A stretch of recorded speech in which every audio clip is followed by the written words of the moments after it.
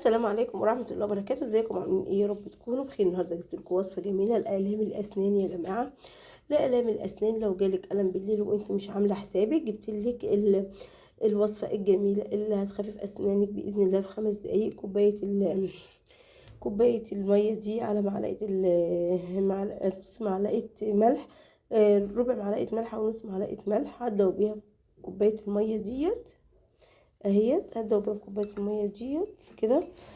هتخلي اسنانك، هتمليها مضمضة لاسنانك، يعني هتحمي اسنانك من التسوس، وكمان هتشيل الام الاسنان باذن الله. هتحوش الام الاسنان باذن الله في 5 دقايق بس.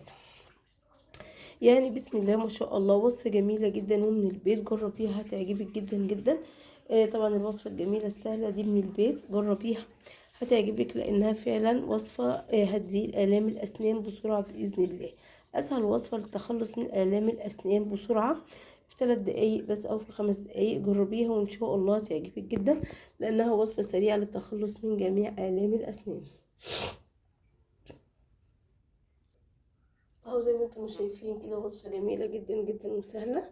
طبعا الوصفات الطبيعية دي هي الجميلة اللي بتخلي الأسنان تخف جدا، وكمان وإيه وبتشيل أي تعب من أي أسنان.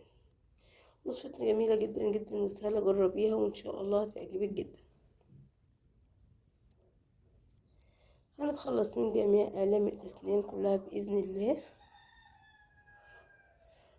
بالمشروب ده. هنعملها مضمضة ناحية الضرس الوجهك، هتعملي المضمضة في أسنانك. طبعا هتخفف أسنانك كلها وهتشيل أي آلام من أسنانك مهما كان الآلام طبعا شديد.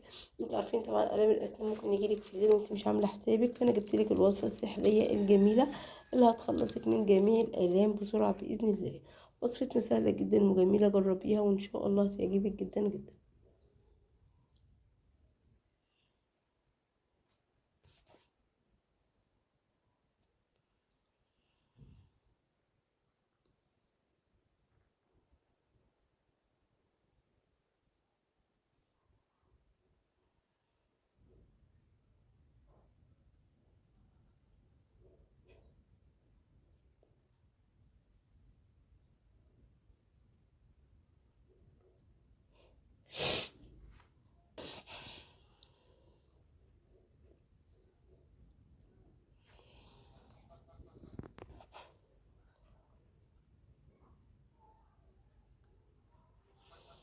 يلا سلام يا حبايبي، عشان ما اطولش عليكم الفيديو.